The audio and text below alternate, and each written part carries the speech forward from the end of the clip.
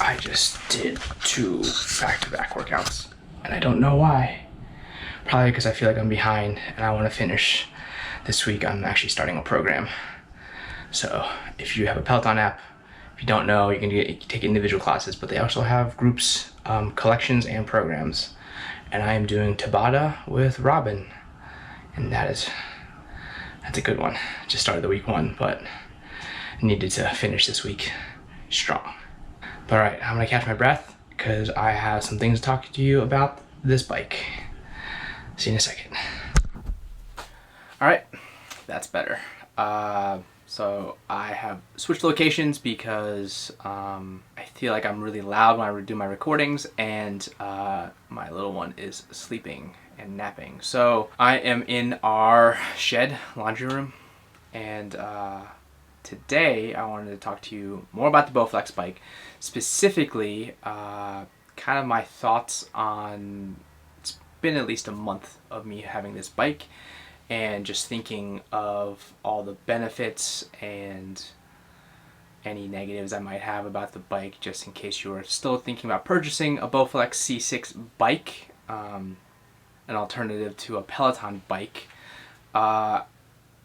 The Cliff Notes version of everything is, yes, I recommend it. I think you should get one. If you are looking for an at-home workout, specifically when it comes to spin or cycle or a bike, an exercise bike specifically, I highly recommend the Bowflex. It is half the cost of a Peloton bike.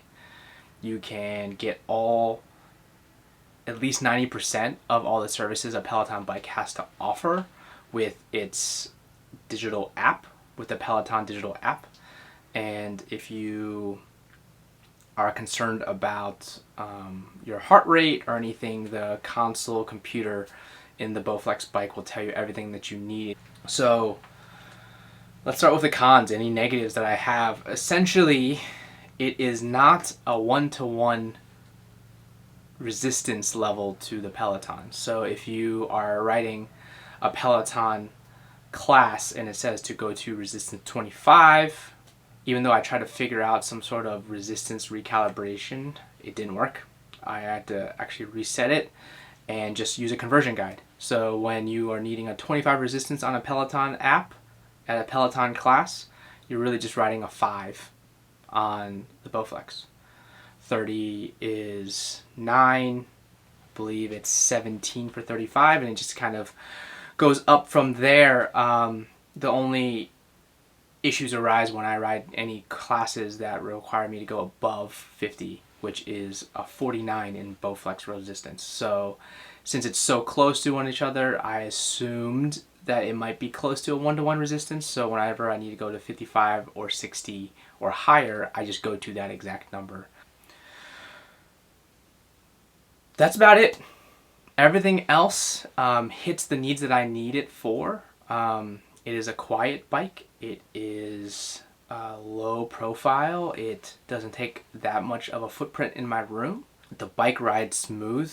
It is durable. It is heavy construction. The Peloton app connects seamlessly to the computer console. When I am riding, the computer console will tell me what all the stats are, but it also can connect the cadence to the Peloton app on my phone that I'm using, as well as connect my Apple Watch to the phone.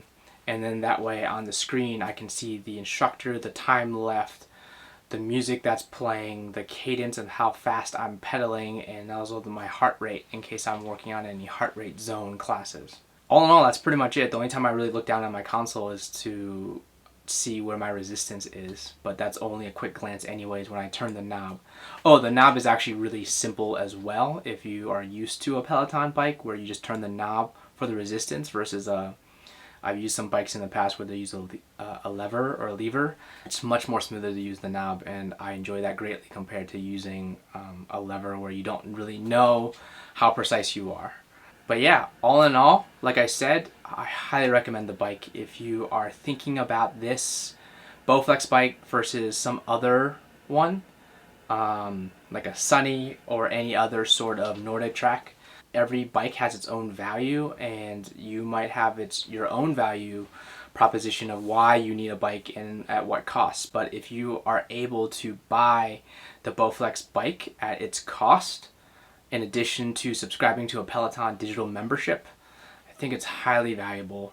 I'm sure that if my wife was here, she would tell you that if we had the ability to afford a Peloton, we would get a Peloton, because it is cool. It is nice. Having a giant screen is really, really nice, but we are also not looking to spend the money that it costs for a Peloton. So the Bowflex is a really great value as an alternative, and I highly recommend it. Okay, well, that was a quick video. So let's switch on to something that I thought about doing, which is going to my YouTube comments and figuring out if there's some questions that I see often that I can help answer in this one video, versus you needing to asking me the same questions again or scrolling back through my comments just to find an answer to a question you might have. I just figured I'd lay it all out for you now. So let's go to the comments.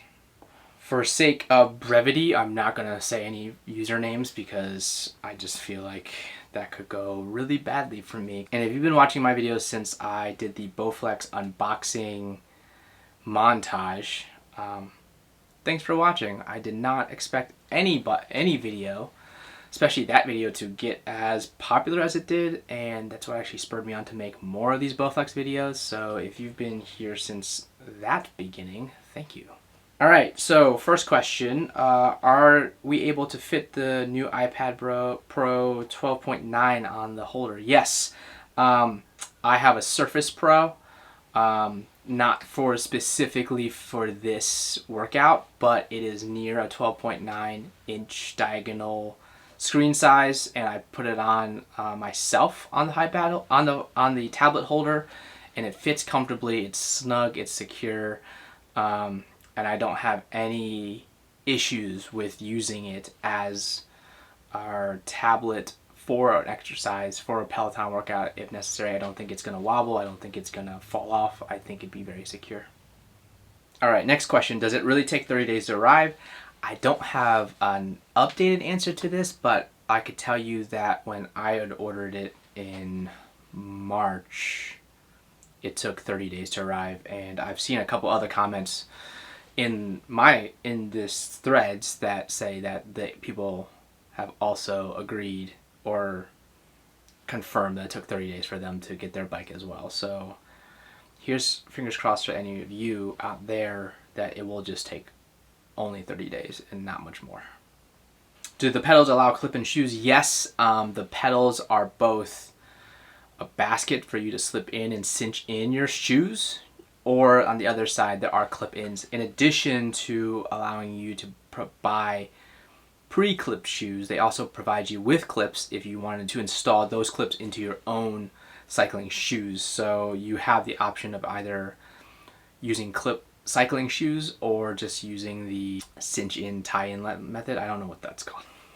Is there a USB connection to the bike? Yes. On the side of the console, there's actually a USB plug. I actually use that all the time because by the time I work out, more than likely at the end of the day, my phone is near dead. So the USB plug is really nice because I'm able to plug in my phone and let that phone charge as I'm using the app, as I'm using the bike. So that is a really nice, really small, but a really, really nice feature that the bike has. That you won't really ever think about until you need it, and then it's there. Resistance issues. I've gotten a lot of comments about resistance issues. Like I said, I tried to recalibrate.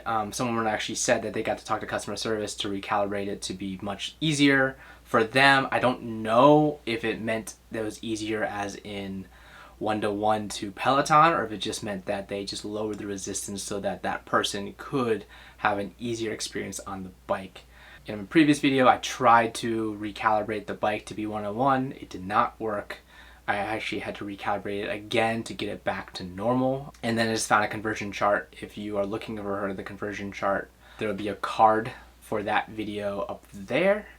And yeah, you'll be able to just see what the conversion chart that I found online that I've been using ever since. And honestly, the bike has been perfect ever since I've been able to use that conversion chart, because I'm actually able to hit the goals that the Peloton instructors are putting in front of us as we're biking. So that's been great. So this one, I had a question about whether a person at a specific height or weight would be able to do it. This person talked about how they were 6'2", 240. I am 155.7 on a really good day with really big shoes. So I can't really answer that properly, but I would assume that it feels very solid for me when I'm biking, and I would assume that that the Bowflex people have accounted for larger people riding the bike. So I would assume that it's would hold up for anyone. On the inverse, I had someone ask me because they were smaller, or they had people in their household that were smaller, below 5 feet or smaller, and if they'd be comfortable. Again, I still feel the same way. At 5'7" and my wife at 5'6", we have to move the seat up a notch on the seat post. So I would assume that by going down a seat notch in the seat post, it would fit anyone at 5 foot or lower still pretty well. Because for us at the zero setting of the seat, we still needed to lift it up because it was not comfortable there. So I would assume that anyone shorter than 5'6" would still be comfortable on the bike as well. Someone had asked about a guide to use the bike outside of just normal instructional use, which Bowflex has many YouTube videos on.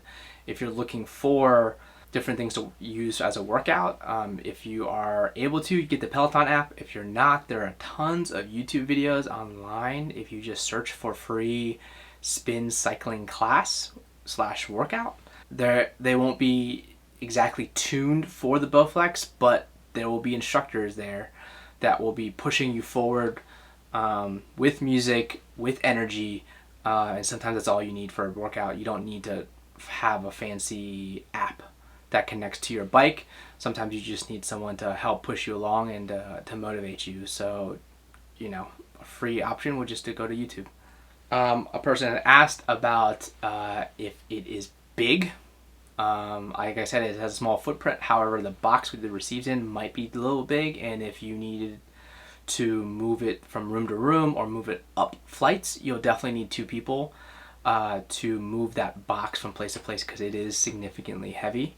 If you don't have a second person to help you, or even a third person to help you move the box, and sliding is not an option, it would be tedious, but you could definitely open the box and just lug piece by piece the equipment into the desired room that you need. At least that's my opinion. You might not want to either.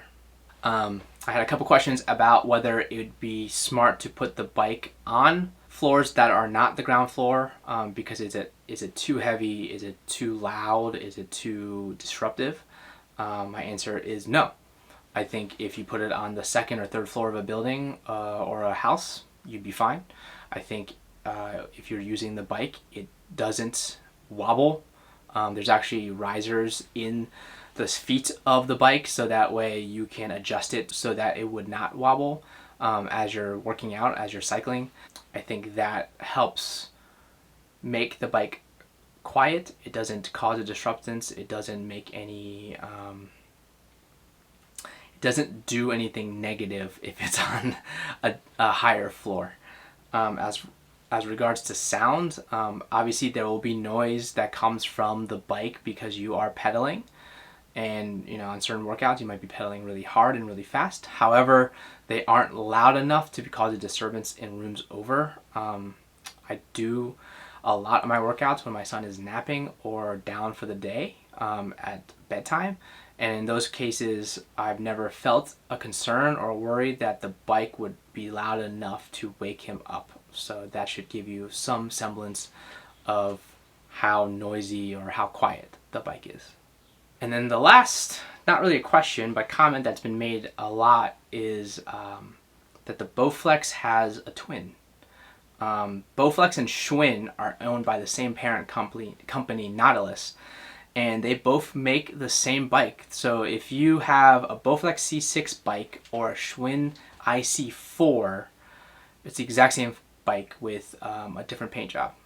So if you're looking to even save even more money, I believe the Scwhinn IC4 is $100 cheaper, or relatively about $100 cheaper than the Bowflex bike. So if you're looking to just save a little bit more for your budget, I would recommend looking at the Scwhinn IC4. However, my videos and everything that I've said for the Bowflex bikes also can be applied to the Scwhinn IC4 bike, specifically the IC4 bike, because the ones that are not, the Scwhinn bikes that are not IC4s are different, but the IC4 from Scwhinn is the exact same as the Bowflex C6. So anything that I've talked about, resistance, conversion, anything like that, is exactly the same. So you feel free to apply anything that I've said to that bike. But yeah, if you were looking and you're like, hey, that seems really familiar to what Bowflex has, the Scwhinn IC4 is a identical twin to the Bowflex minus a different paint job on the bike.